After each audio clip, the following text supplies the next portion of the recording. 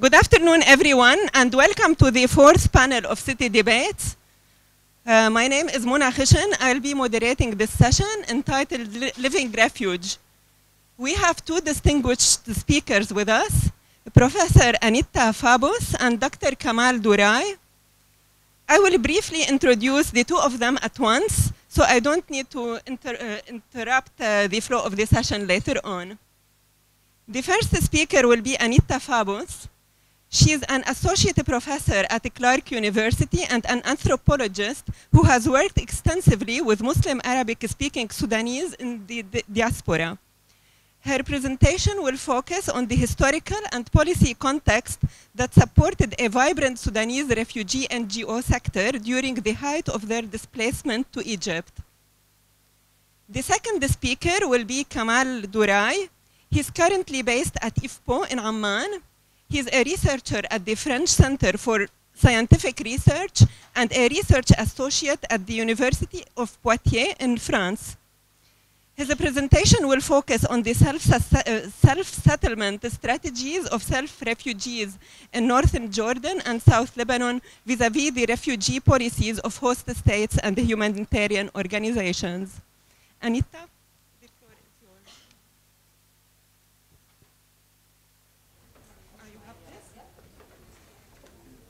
Can you hear me in the back? Excellent. And I'm going to get my slides up.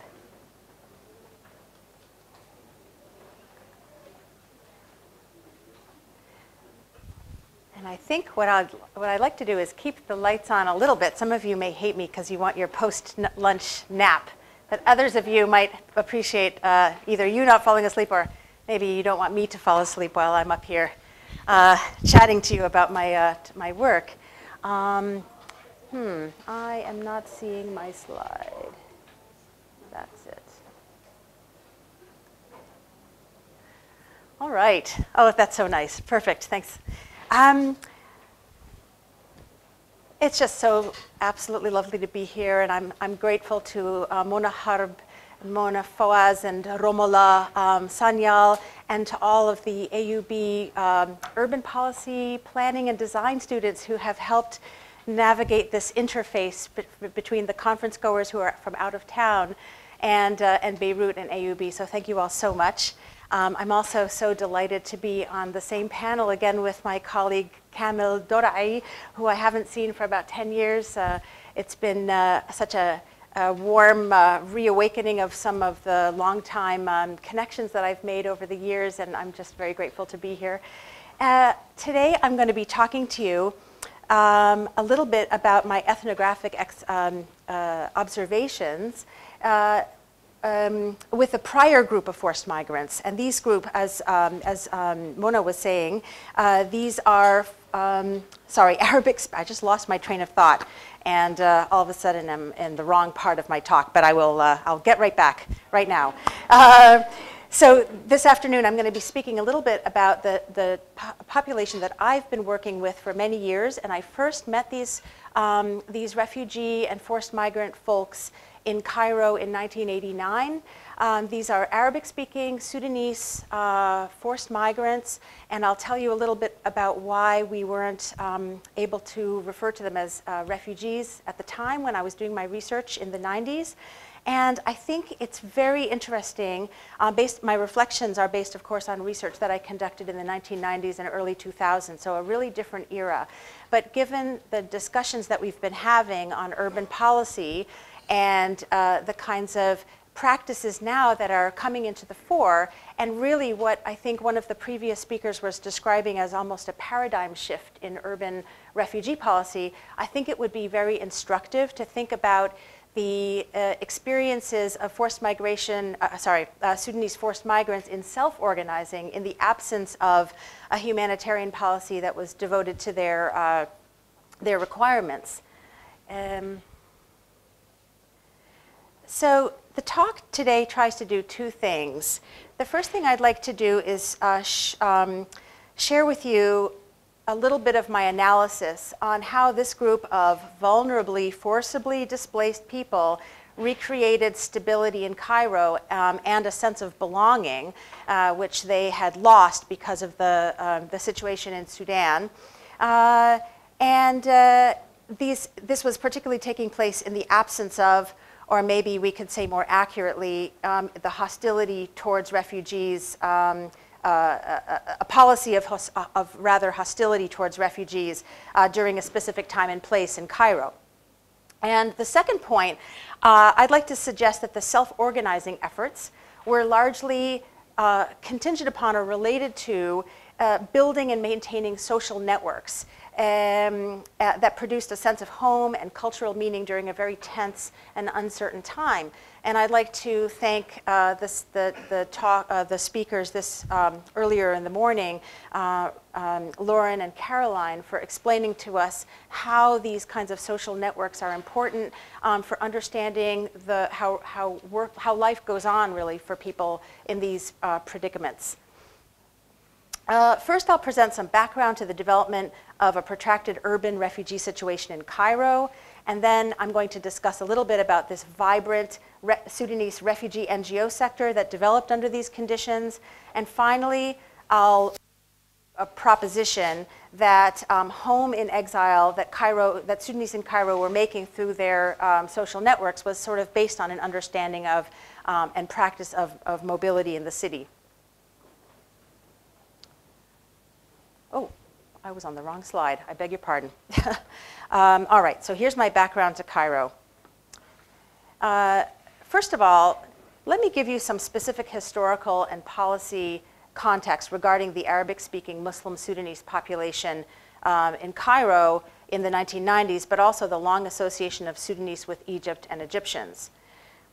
There has been a long entanglement between Egypt and Sudan that predates the current era, that incorporates the Ottoman period, that moves into the colonial period, and that even post-independence brings a lot of the political sentiments about unity of the Nile Valley together. And one of the common phrases that I heard during my research was this phrase, Masr wa Sudan ashiqa wadi Nil. So Egypt and Sudan are brothers of the Nile Valley. And I heard this again and again to refer to Sudanese forced migrants, and at the time I was referring to them as exiles coming from the political situation in Sudan. This was very much part of the official Egyptian discourse. You heard President Mubarak making speeches about Egypt and Sudan being one nation, and the official newspapers were also using this language. Here we have the Nile Valley. The entanglement that I'm talking about really starts getting a little bit cranky or uncomfortable after the 1956 independence of Sudan due to competition over water rights and political instability in both countries that was sort of causing a bit of competition, although there were always political voices on both sides of the Nile that mitigated those tensions. There was a Nile Valley Parliament. In 1982, there was an integration agreement between Sudan and Egypt that gave both Egyptians and Sudanese permanent residency rights in each other's countries. Plus, the entanglement of the peoples of the Nile Valley goes well beyond the sorts of official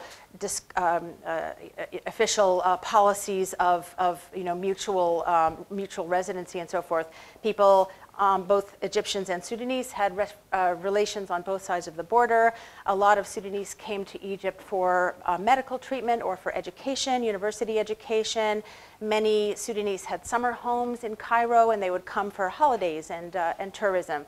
And so there was a sort of a prehistory of movement that predates the crisis that I'm talking about. And for example, the Cairo neighborhood of Ain Shams was founded by Sudanese labor migrants in the 1940s who were brought up by the British military to work in British military camps as drivers and mechanics and things like that. So, there's sort of place-based Sudanese presence in Egypt as well. And even though there are not many Sudanese families compared to the large number of Egyptians, many Sudanese still thought of Ain Shams as a sort of a Sudanese area. So in 1989, when a huge number, tens of thousands of Sudanese fled to Cairo due to the military coup of General Omar al-Bashir and the coming to power of a non-democratic but also not, anti-secular regime, many of Sudan's urban intellectuals, urban professionals, of course opposition party members, and their families started coming slowly but then in larger numbers in their tens of thousands to Cairo. After this coup, nevertheless, the Egyptian government did not consider Sudanese to be refugees, regardless of whether you were a Sudanese person from the north of Sudan and had those kinship ties and had that arrangement. Even people with South Sudanese, or people who identified as South Sudanese, I beg your pardon, and who had a Sudanese passport were also not given refugee status. So still there was this idea that Egyptians and Sudanese are brothers, and there's no need for there to be refugee status. The Unhcr was not giving people refugee protection under those conditions. And let's see, the legal and political status of Sudanese changed dramatically. So 1989, 1990, 1991, more and more Sudanese are arriving in Cairo until 1995, when President Hosni Mubarak made a visit to Addis Ababa and was almost killed by a car bomb. Or I think it might have been a roadside bomb that was in Addis Ababa during a presidential visit. And this was attributed largely to the Sudanese state. And after that, there was a dramatic shift within a week of refugee policy, residency policy to Sudanese living in the country. And despite a grandfather clause that still allowed families who were already resident in Egypt to be considered for permanent residency status, all of a sudden there was a concern that if you didn't have your papers in order, you had to get your papers in order. There were campaigns of detention. There were a few deportations of Sudanese. So there was a real shift in the political policies towards Sudanese, but interestingly, not really a shift in the official discourse that Egyptians and Sudanese are still one. So Sudanese were experiencing this real dramatic shift in their daily lives and their sense of security by the Egyptian government, but officially they were all still one, sort of happy brotherhood of Sudanese and Egypt in a united Nile Valley. I've done some other work on the kind of ambiguous expressions of identity that emerge from such a fractured political experience, and I won't go into that here, but I do want to say that a lot of the discussion and discourse of Sudanese themselves about what they were experiencing was quite private. It wasn't shared often with Egyptians, and Egyptians continued to believe that Sudanese were not having problems, but Sudanese really felt a difference and a change. So as the protracted circumstances of their predicament grew longer and longer, and the untenable political situation in Sudan endured, Sudanese exiles started to experience a more long-term uncertainty over their residency permissions, about difficulties in obtaining the kind of dignified work that many Sudanese who were former ministers, former professors, former journalists, there was a lot of concern in the community that their status as dignified men and women was being really shattered by the circumstances. And so what I started at, before I say that, social and political status was dimming in Cairo during the Egyptian suspicions of Islamists in the refugee population, and there was no humanitarian relief. There was a humanitarian presence. There were a few small agencies in Sudan at the time.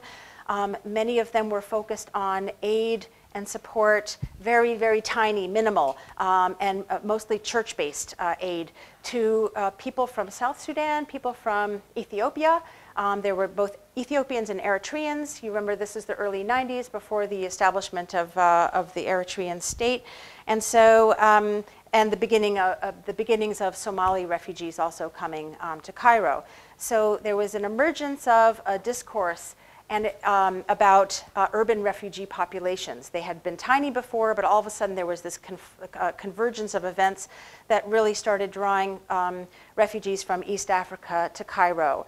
And our panel this morning was very interesting in talking about the emergence of a UNHCR urban refugee policy. But what's very interesting and probably not as well known is that there was a 1997 urban refugee policy that was retracted by the UNHCR after lots of concerns and criticisms and research from people like Kamel and other folks in the room who were looking at different kinds of experiences and strategies that urban refugees had. The 1997 policy saw cities as a magnet for refugees who shouldn't be there, and the policies, very broad strokes here, I'm sorry for simplifying, but the idea was that refugees should be going back to the camps where they would be more safe and have access to aid, and people who were coming to cities were really jumping the queue and trying to get ahead of the people who were patiently waiting in camps for resettlement opportunities, for example. So there was a real hostility towards refugees taking matters into their own hands, and an idea that offering aid to people would just bring people, create this magnet effect, this fictional magnet effect, as many of us on the ground were determining. So no humanitarian aid. I think if you're interested in this, in the history of how we came to now have a 2009 urban refugee policy, you would be very interested in all of the studies that UNHCR EPAW, Evaluation and Policy Unit, Policy Analysis Unit, produced between 2000 and and until the policy was presented, including some very good analysis of the Cairo setting. Okay, and we could talk about that more in the Q&A. But let me turn now to my first main point, where Sudanese were taking matters into their own hands in terms of self-organizing and creating a kind of a little space of belonging for themselves in an uncertain, long-term, hostile, and sort of nobody was noticing also. So most Egyptians didn't realize how difficult things were for them. No international legal protection. So there was no Sudanese quarter as such. Sudanese lived all over the city. This is a fuzzy map of Cairo, but it's a very big urban setting. And there were a couple of neighborhoods that were maybe loosely associated with Sudanese in the city. But in practice, people went and found apartments that were called furnished flats in areas that were far-flung and broadly scattered around the country. The Egyptian government claimed that there were between 3 and 5 million Sudanese in Egypt. So if we're talking about numbers as well, I believe that that number is highly inflated, but there were significant numbers of people. And let's see. Most Arabic-speaking Muslim Sudanese refugees in Cairo at the time, these professionals from Khartoum, both women and men, were looking for opportunities to sort of rebuild some semblance of dignity. We didn't talk very much about livelihoods in these days. People seemed to be able to bring money from their previous lives. They were still living on savings. But what I saw happening was a vibrant and dynamic NGO sector. And if you think about it, this group of Sudanese was, sort of finding these spaces of belonging in a very difficult setting. There were over 80 NGOs by the time that I left. There was a Ford Foundation funded study that was looking to see what kinds of self-organizing these refugees were doing. There was some donor funding. Some people got funding from embassies, and many of the smaller organizations had some funding from the Sudanese opposition parties, and some of them actually took membership dues and funded themselves and their activities through there. Some of them were actually registered officially with the Egyptian Ministry of Social Affairs. And the kinds of activities that were associated with these NGOs were not necessarily welfare. They were more to do with recreating the Sudan Studies Center, recreating a home for former ministers who were interested in agricultural policies in Sudan. This man here, Ibrahim al-Nur, is he was the director of the Group for Alternative Policies for Sudan, which was also a Ford Foundation funded project. Dr. Magdali was the director of a women's gender awareness and empowerment group. So there's all kinds of things that were building on the kinds of skills and background that these folks already had. All right. So I think that the spaces of belonging that these NGOs provided were threefold. I think that in the increasingly dire circumstances that faced Sudanese in Cairo at the end of the 90s, Sudanese really feared for not only their nation, but they feared for their sense of decency. There were a lot of coping strategies that were taking place in Cairo, including alcohol consumption or brewing, beer brewing, prostitution, smuggling, and how do you call it? Passport fraud and things like that. It's just money making and movement management strategies, I think. And these NGOs were really a way for some of the Sudanese to feel like they were grounded in a decent kind of professional job, which was very much tied to their sense of self. And second, their common purpose, collaborating for a better future for Sudan. And finally, a sense of nation. These NGOs often had the outline of the state of Sudan, unified Sudan, in their logos, and people talked a lot about, when we go back, what are we going to do? These NGO opportunities these activities will create a better opportunity for us when we can go back to a free and whole Sudan.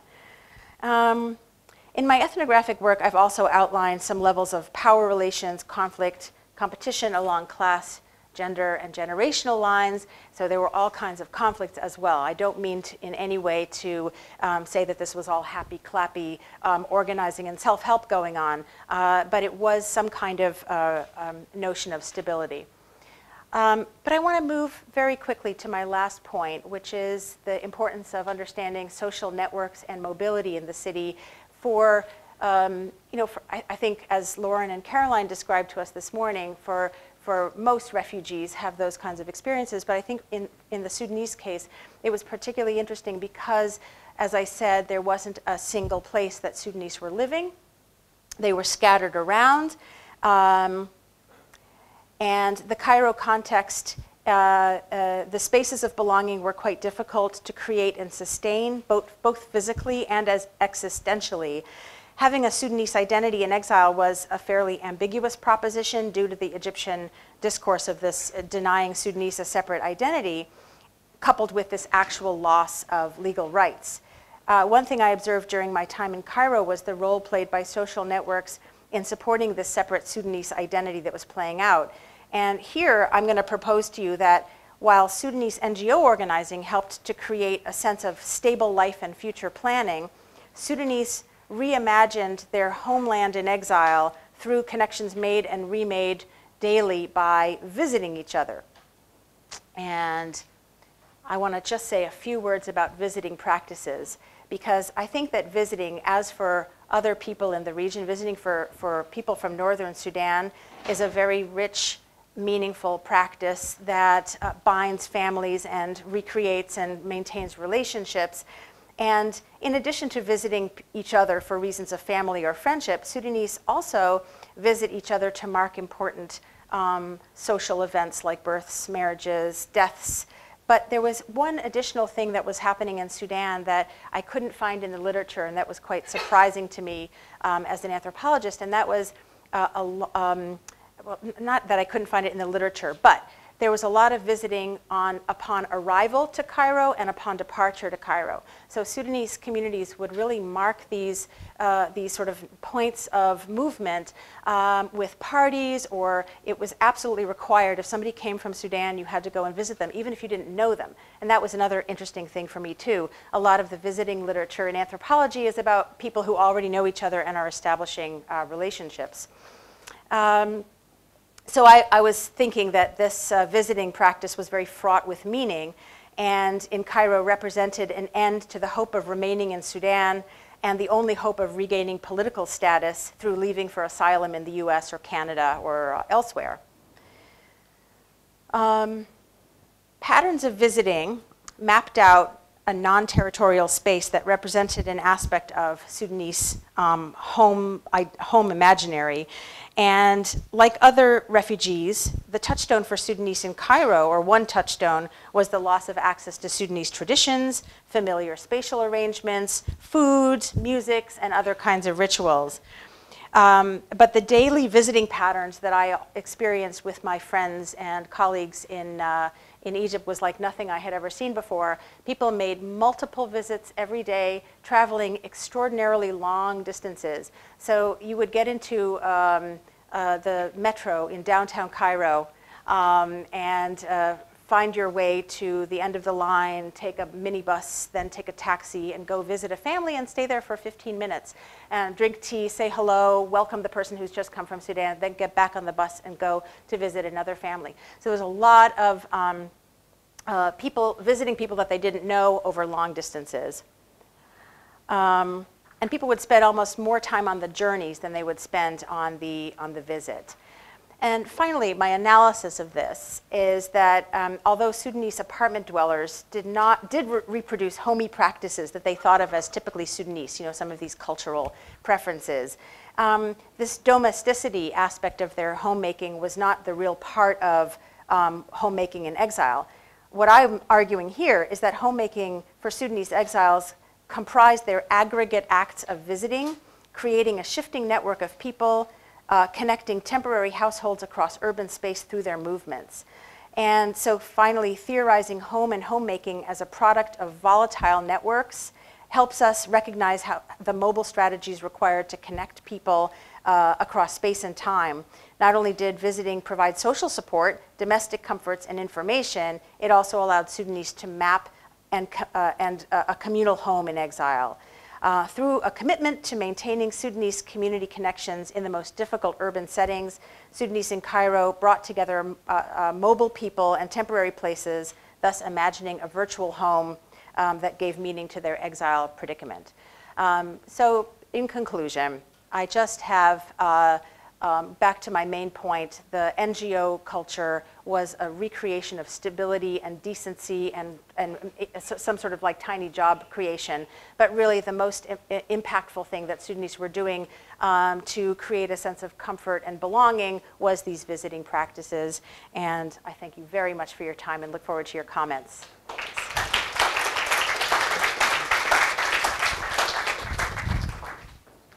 So first of all, thanks a lot for inviting me. It's really always a pleasure to come to the city debate, and it's really always very interesting and stimulating to hear all the different presentations. Well, basically today I will just I will present only on the Jordanian side. I will not talk about the Lebanese side because it's in 20 minutes. It will be really a challenge to present two different locations. I wanted to say that it's the first time I'm presenting this ongoing research in a conference. So I would really like to have all the different questions and remarks would be very important for us. So basically what I will just, what I'm working on since like 18 months now, it's the forms of settlements of Syrian refugees in northern Jordan. So it's, first thing that we have to say that it's a collective project, so I'm not the only one who is conducting this research. So we basically had a funding from the French research agency to conduct this research for 3 years. And we will conduct research in Jordan, in Lebanon, and in Turkey. So we had three different partners. So it's just beginning. We just get the funds. So we began this project on housing a little bit before we get the funds. And so it's, we have geographers, sociologists, and also we have architects. And most of the very nice maps and things that you will see has been done and drawn by architects, of course, not by me. And if you are interested more in this program, it's just beginning, so the website is not really full of information until now, but you can have this website that is called Lage, like Refugee in Arabic. So it's the program that we are just launching now. So basically today, I will just try to divide my presentation into 3 different points. The first of all, it will be the main aims of this research. Then I will give very, very brief contextual elements, because I think otherwise it would take a lot of time to talk about the Syrian presence in Jordan. We had already a presentation this morning on this issue, so I will not go back a lot on this. And third, I will just try to introduce you 2 or 3 case studies, it depends on the time that we will have, just to show you exactly what we are doing at the micro level analysis of different situation of housing in Jordan. So basically, the main, why we began this research. Most of the people who are working in this team, we lived in Syria before the war. So we were all conducting research in different fields in Syria before. And when visiting the refugee camps and the different settlements in Jordanian small cities in the northern part of Jordan, we were all noticing that it looks like really the housing that they try to recreate in exile really looks like what it was in Syria before. So one of the questions was at the beginning, is there any kind of link of reproducing forms of housing that was pre-existing before exile? And then, well, I would just show you with the example that with the discourse produced by the refugees, it's not the case, in fact. So, but it was one of the research questions that we had. And the second thing that is interesting for us is to try to analyze the relation between mobility, forms of mobility and forms of settlement. So if people try to settle on the way that they are quite happy in it, and if they manage to improve their quality of life, then probably some of them will not move on to other different kinds of locations. And we have made some biographical interviews in order to try to understand the different forms and the different steps of mobility of the refugees that we are working with.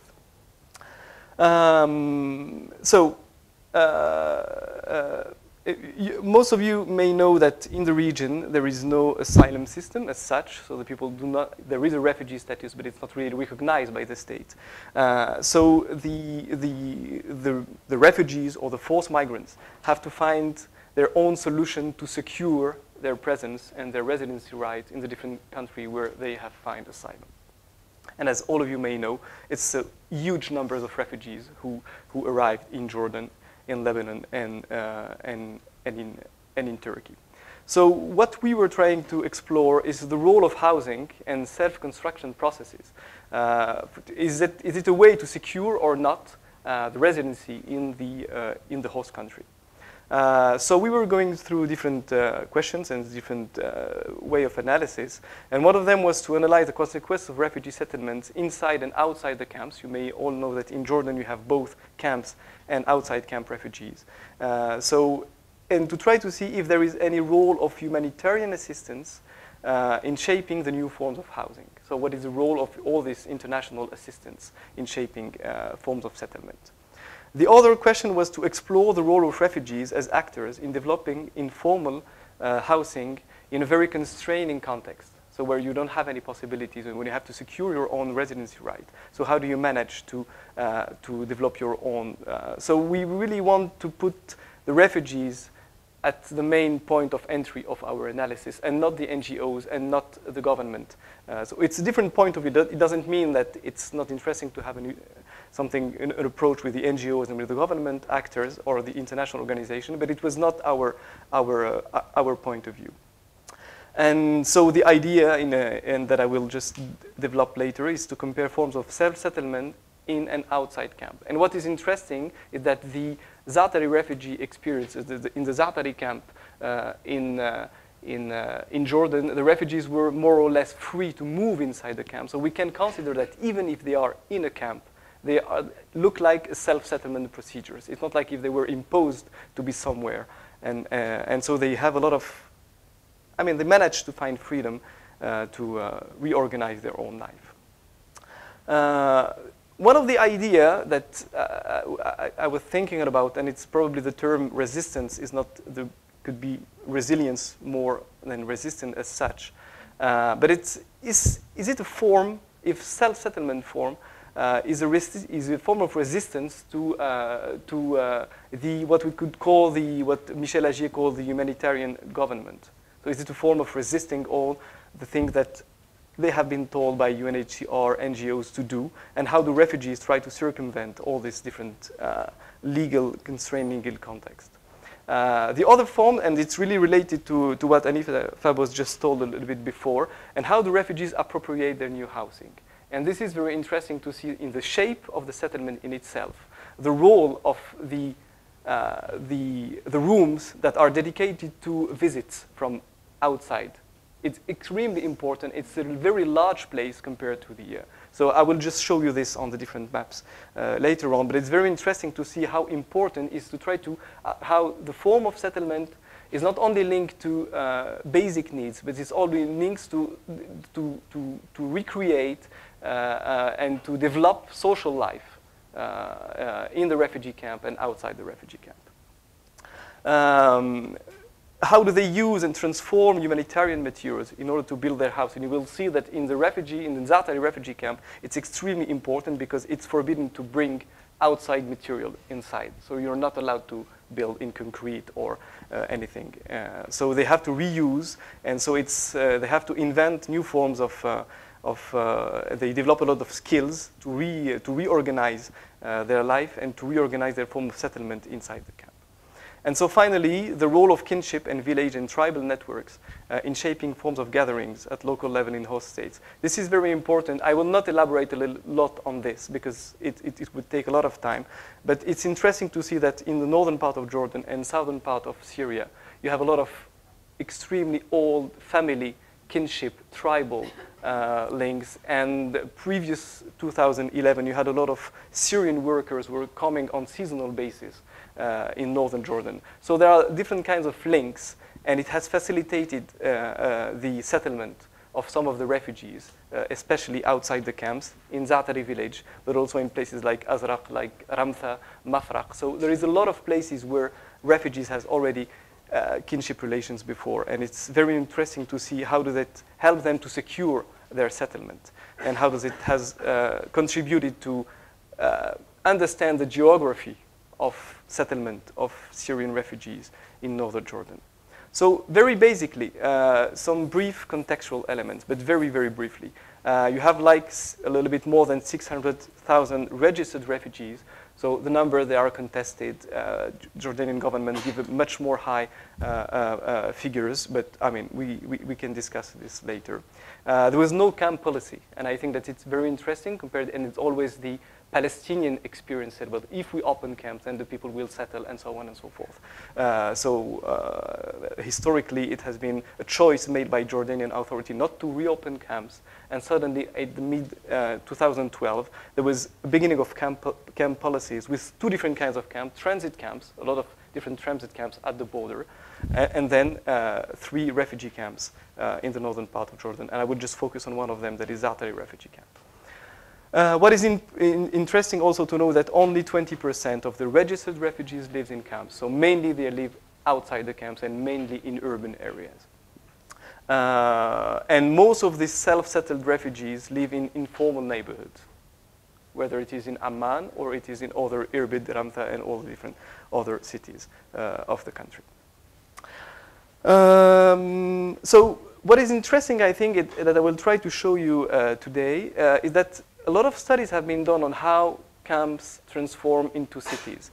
How can we consider them or not as urban sites? How do housing is just changing over time? What is really interesting currently is that it's what we study and some of them already studied it on the Palestinian side, is that we are studying like a historical process. But what we see here, and what we have a great opportunity, unfortunately war gives us some real interesting research opportunity, is to see this ongoing process. So we can really, after 18 months of studying the evolution of the housing, I have really been able to see the real difference in 18 months. When I first entered the Zaatari refugee camp, there was still a lot of tents inside the camp. Today, it's really hard to find a tent inside the refugee camp. So, I mean, in 18 months have been a complete change in the forms of housing in these different locations. So, Zaatari camp. It's one of the biggest refugee camps. It's like 80 to 85,000 refugees living in these camps. It has been opened in mid-2012. And what is very impressive is to see that at the beginning, if I come back to the previous photo, you can notice that, it's here. So this was photos taken at the beginning when I was there, so a lot of tents. And then it has been like they were given one caravan for each family. So basically there was one caravan that was given to each family. And what has been developed is with people going back in, forth, and enter and go out of the camp. People were just gathering different caravans exactly like this. So what they were, this is completely forbidden, of course, by Unhcr. You're not allowed to do this. But so they managed to do it. So people just take caravan, they take them from a place to another, they rebuilt it, and so they took out, for example, the wood, they took out some of the iron from here, and so they have electricity shops, they have a lot of different shops and different things that open inside the camp, in order just to reorganize and to reshape this very basic caravan into a kind of home. And I will just show you the process as we did in one of the case study that we had. So this is basically the old refugee camp. So we decided to study one of the oldest neighborhood in order to have, I mean, the longest process. So we decided to focus on one family that is basically located in this part of the refugee camp. And so the family that we are studying is exactly this part. So when they began, it was, so this is a current way. So this is what we see now. So you have, and you see that this is the main family room that can be considered as the madafe. So here they receive all the people who will come to visit them. And so they have closed the area here. So you have a courtyard here inside. You have here a room where they sleep, a bathroom, and then here it's a kitchen. And here you have the water. So basically, when you look like, it looks like this. This is the, as you may see, the kitchen, the place, the madafe, and this is the bathroom.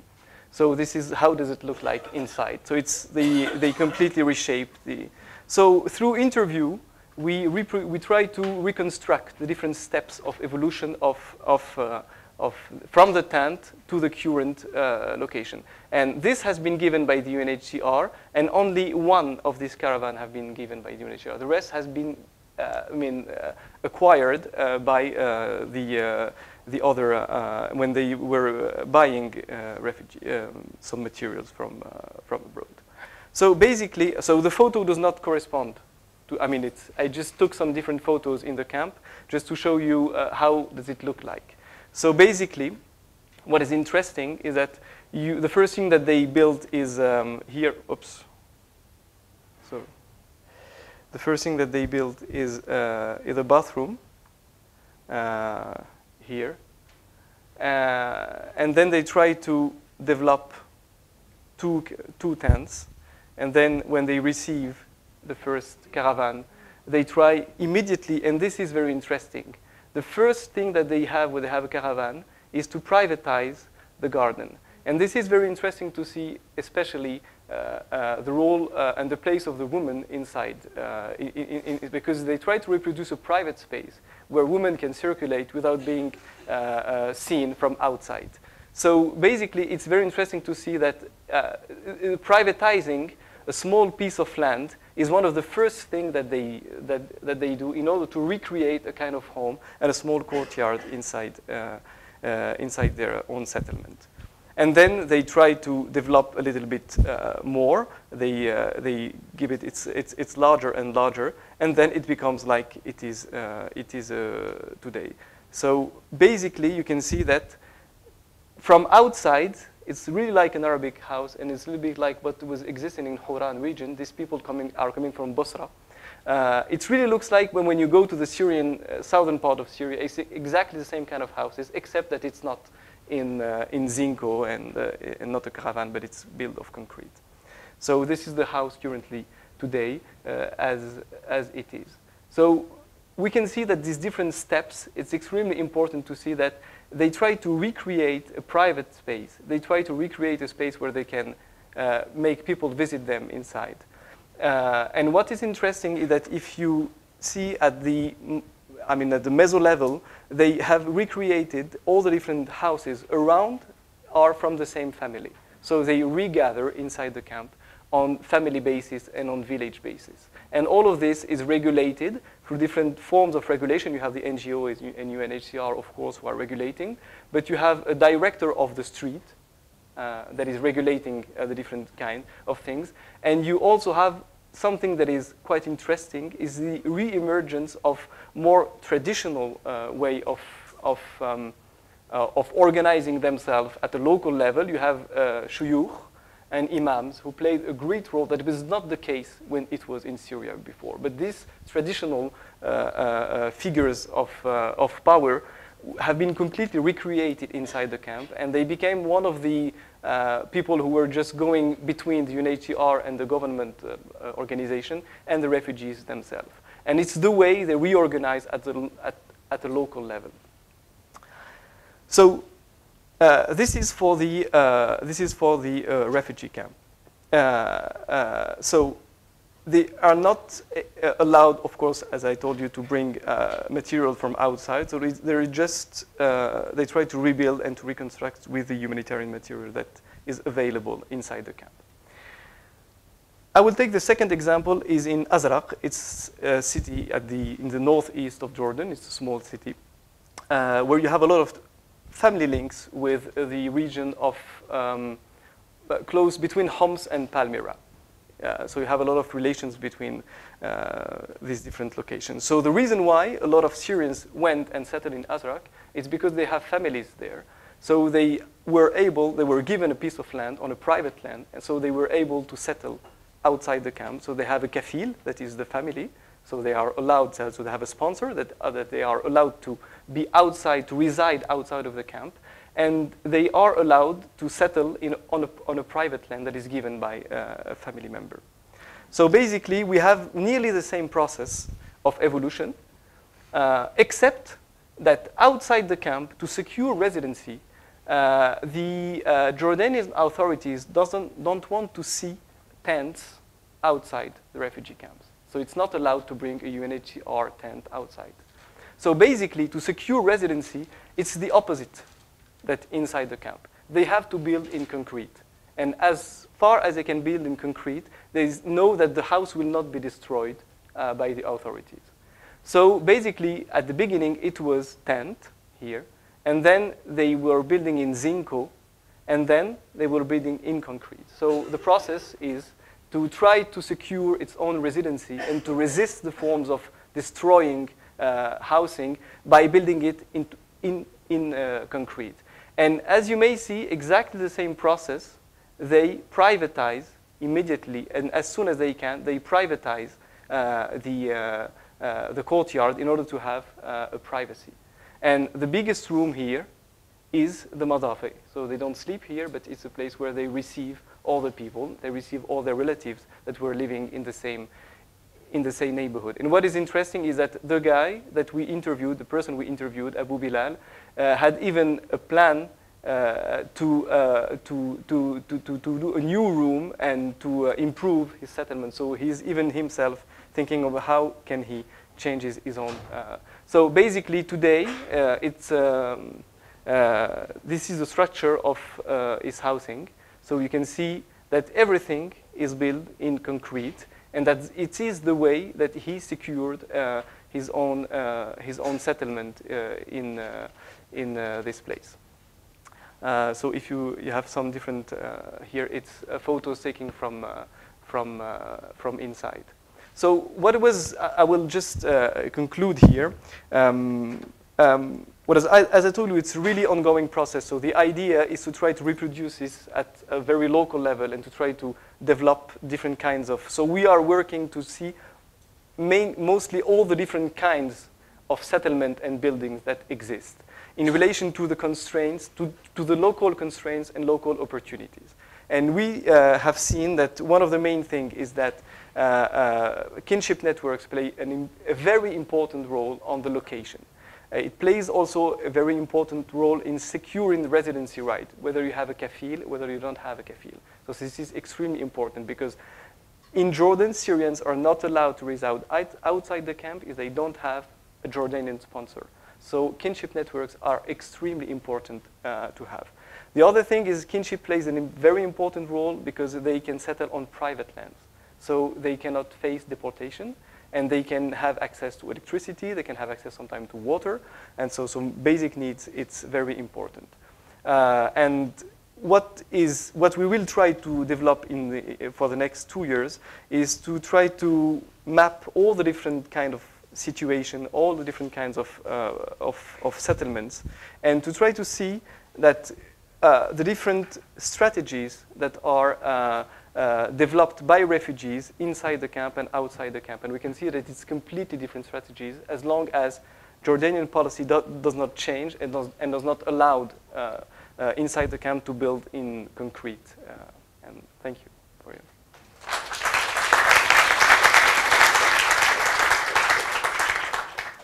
I would like to thank our two speakers for their rich and stimulating presentations. In fact, the different cases they showed us raise a number of similar questions and concerns related to refugees, self-settlement, and self-organizing strategies. I will be very brief since we're running short on time. I have two short questions for each one of you. Like the case of Zaatari, in my opinion, raises many questions, not only concerning how refugees appropriate their housing and transform the humanitarian aid material, but like you were saying, Kamel, about the let's say the governance structure of the camp. Like we have here two parallel structures, the formal one overseen by Unhcr and the informal one improvised by the refugees themselves. So I will be really very interested to know more about how these two systems interact, especially that we know like there are plans for the future development of the camp and to turn it maybe into a permanent city. Like to what extent these future plans take into consideration the self-organizing strategies that people improvised for themselves, especially that we know that there were like certain people who are coordinating and acting like a liaison between the refugees themselves and Unhcr. My other question is actually one posed by city debates organizers regarding the extent to which we can conceive or reconceive humanitarian refugee policies in dialogue with local urban concerns. And I'm sure that this question maybe was raised in the morning and it will be raised again and again in the coming sessions. But from your presentation, Anita, I felt like the Sudanese refugee NGO sector was very successful in creating what you call the spaces of belonging, but at the like bonding between the refugees themselves. But I felt that it failed in creating dialogue with the Egyptians on common concerns like gender, because you were referring to NGOs that work on gender issues, and in the book chapter that you shared with us, like you were referring to torture, and it is something also common, but I think they failed to create dialogue around these common concerns. So how do you explain this? Like, is it only a matter of social biases and politics, or is it like lack of effort from the NGO, local Sudanese NGO themselves. Maybe I can take a couple of more questions since we're running short on time. Yes, there is one there.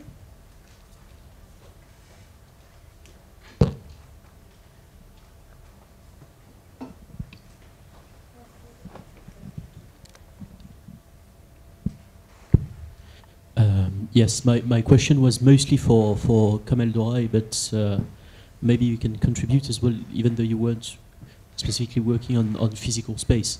You describe amazingly well how the social representations of these people lead to them transforming their space and how space is socially produced. On more protracted situations, such as you know it very well, the Palestinian refugee camps of Lebanon,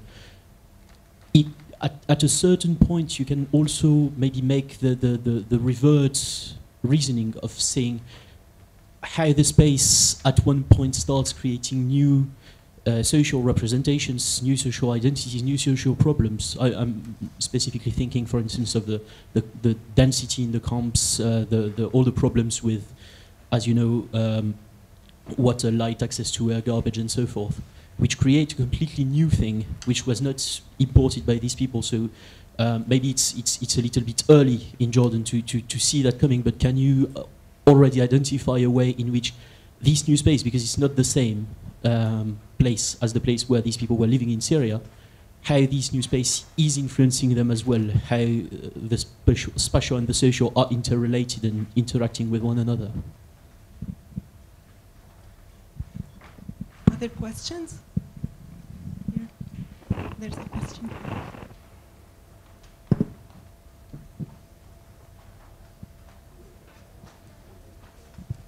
I have a question to Kamel.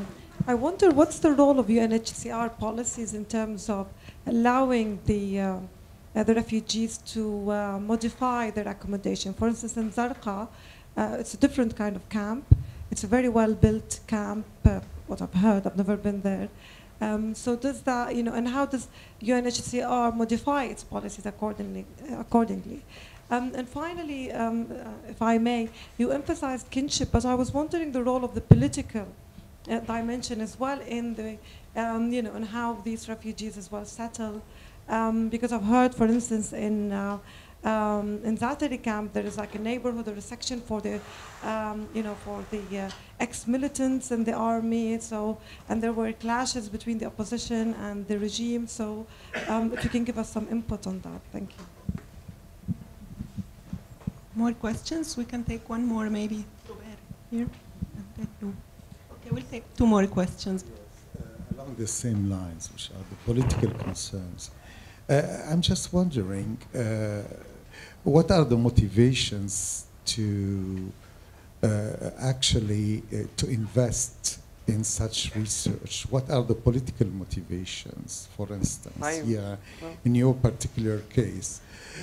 Since they are not informing political decision-making at all, we see, for instance, that Europe has failed to provide a policy for refugees where they stay at this particular point, and to what extent your research is informing decision-making.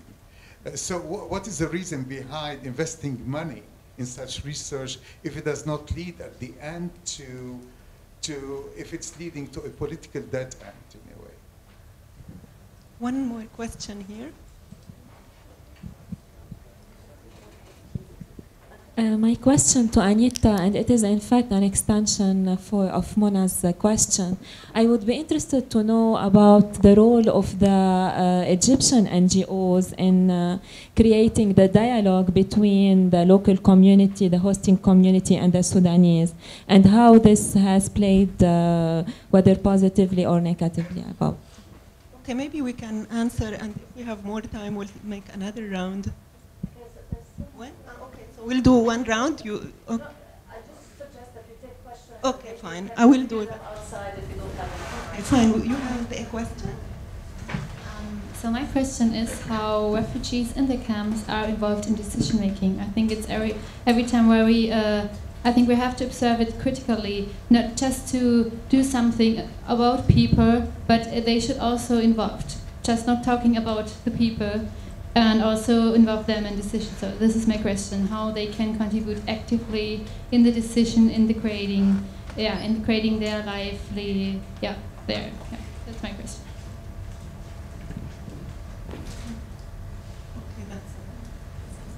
So, who wants to start?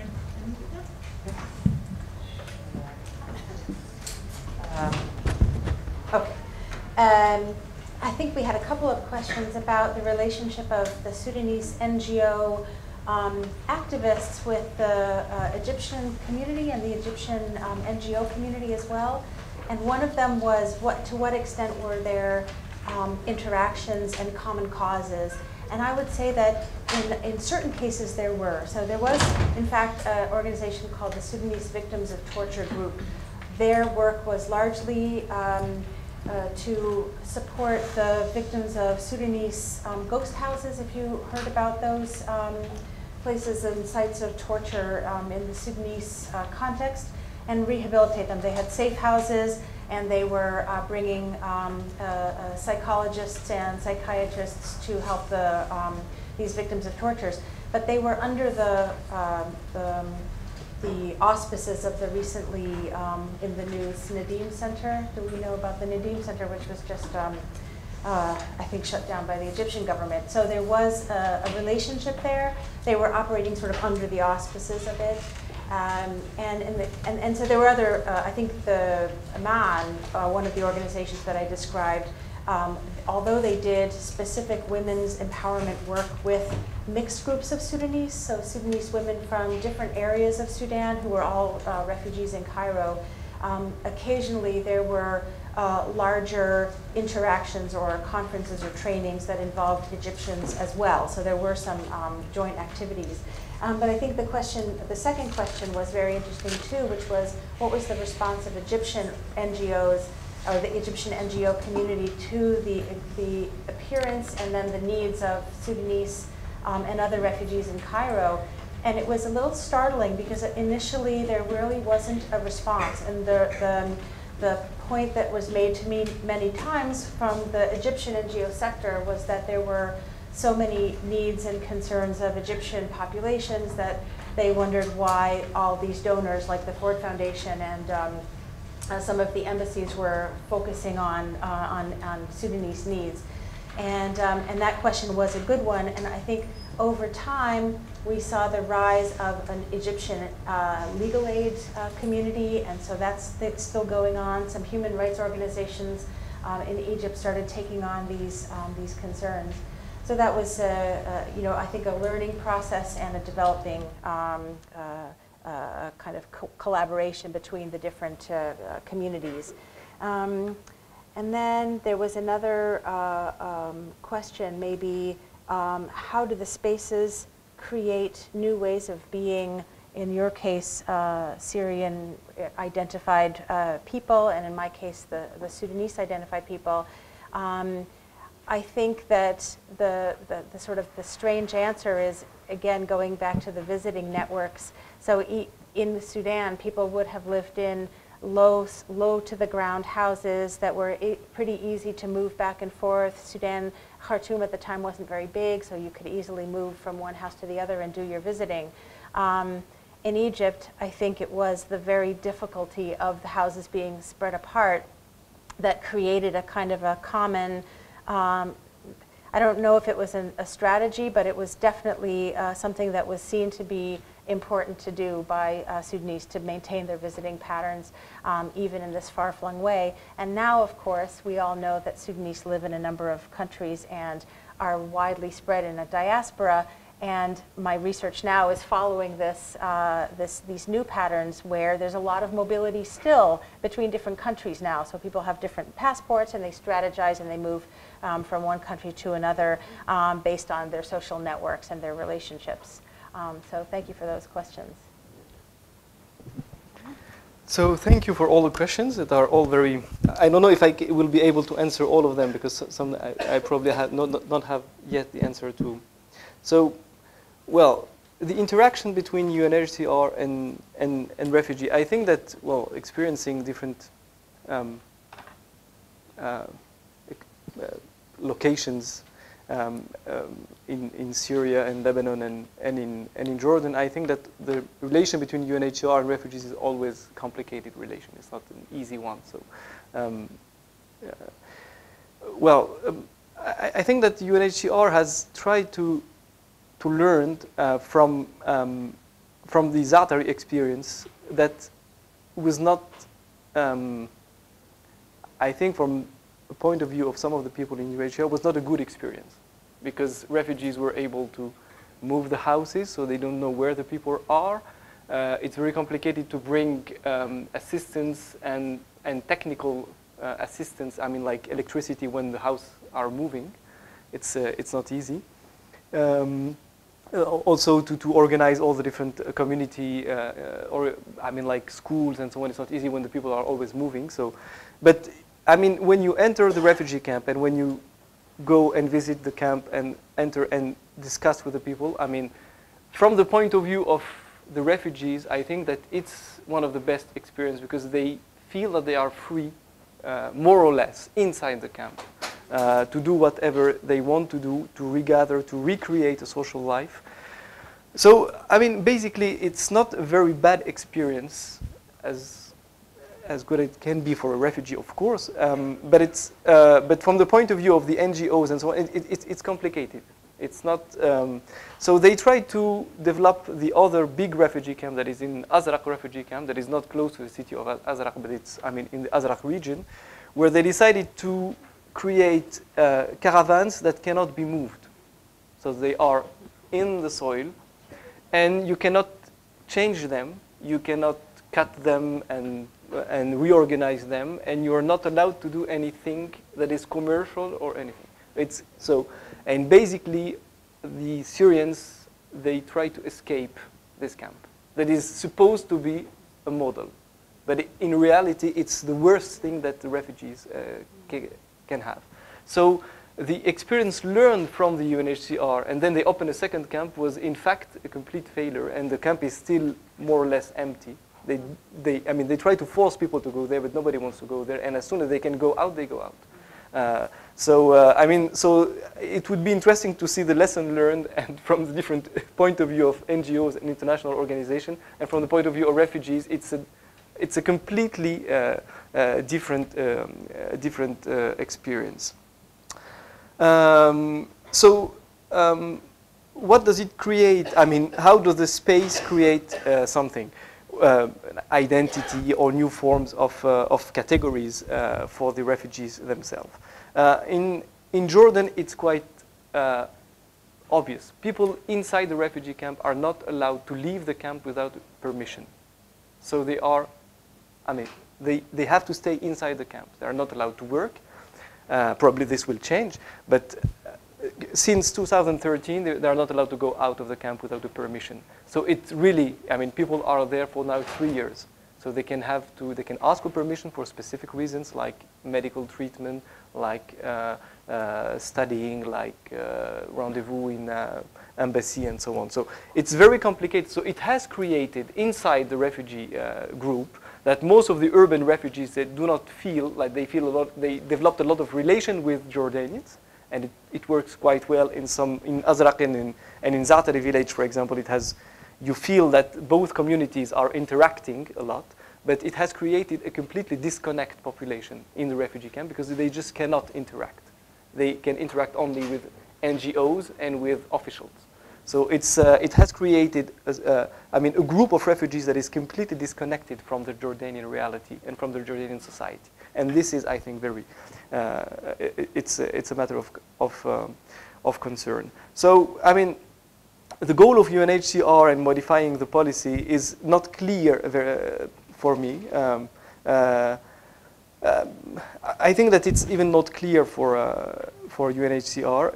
It's quite, I mean, they are working in a very difficult environment with a lot of pressure from the government, Jordanian government, from the Syrian themselves, from the donator side. So it's really complicated that how do they modify their policy? It's really complicated. But when it comes to the role of political affiliation in gatherings, I would say that it was not a point, I didn't make any study on this. So I really cannot answer. It's not something that because I'm not working at all on this. It may play a role, but I think it's quite difficult to investigate also because people are not really willing to talk about their past and what they did in Syria and what were their position. I mean, most of the people, they would say that they are against the regime. That's obvious. But more than this, it's a little bit complicated to know. About my own political perspective, well,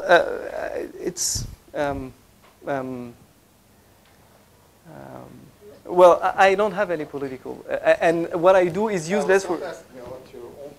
Yes, no. The use. Okay.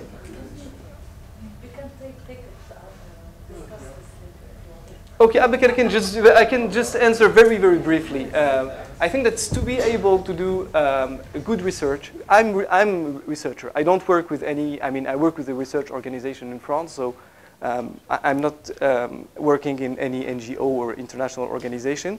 I think that to have the possibility to do a very interesting field work, whether it is on the Palestinians here or on the Syrians in Jordan, when you go to ask the people about their life, about the way they settle, the way they change their material and so on, if you tell them frankly that you are not going to give any help, then they can answer you quite freely about their own experience.